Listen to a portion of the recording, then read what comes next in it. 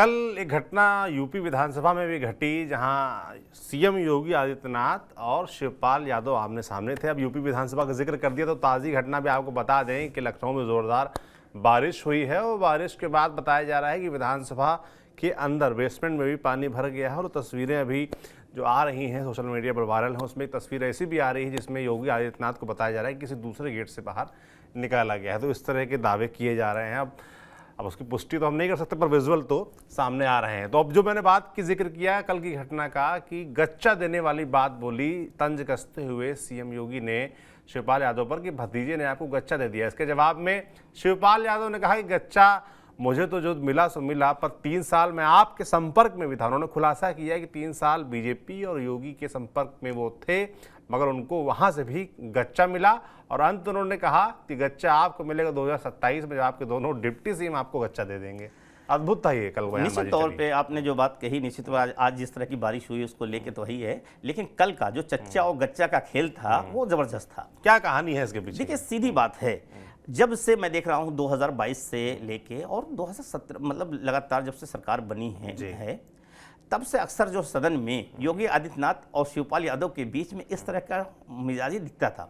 इससे पहले अखिलेश यादव सदन में रहते थे तो उनके सामने भी वो शिवपाल यादव को लेके इस तरह की बातें कहा करते थे। लेकिन अब अखिलेश शिवपाल यादव जो है समाजवादी पार्टी में पूरी तरह से समर्पित हो चुके हैं।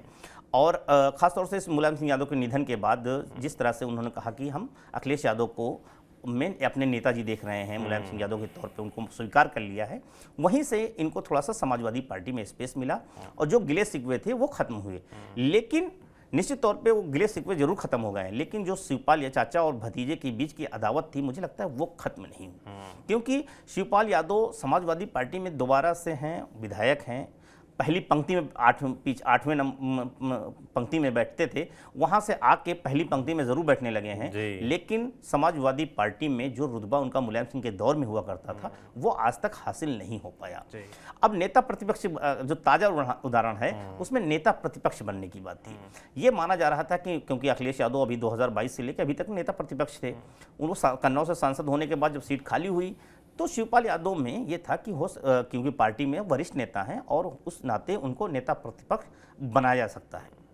लेकिन अखिलेश यादव भी मंझे हुए खिलाड़ी हैं और उनके साथ में एक बड़ा तबका है जो अखिलेश यादव करीबी है, वो नहीं चाहता है, खासतौर से जो वो नेता जो 2017 में जिनको लेके शिवपाल यादव आक्रामक हुए थे और जिनके लिए अदावत हुई थी और जो उस वक्त अखिलेश यादव के साथ खड़े थे, आप देखेंगे उसमें बहुत सारे एमएलसी थे, विधायक थे, वो लोग नहीं चाहते हैं कि शिवपाल यादव को दोबारा से उस तरह से पावर मिले।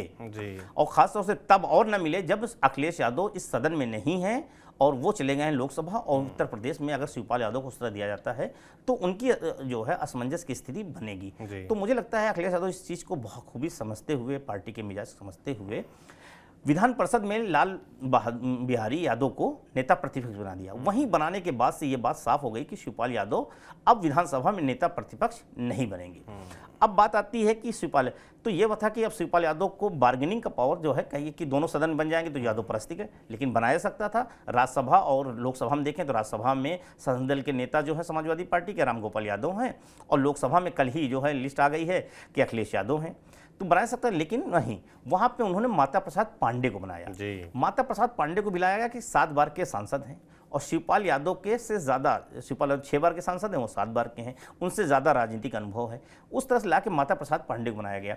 तो उसी को लेके योगी आदित्यनाथ ने उनके कमजोर नब्ज थी, उस कमजोर नब्ज पे हाथ रखने की कोशिश की कि आपके भतीजे ने आपको गच्चा दे दिया, आज भी भतीजा आपको लेकर भयभीत है।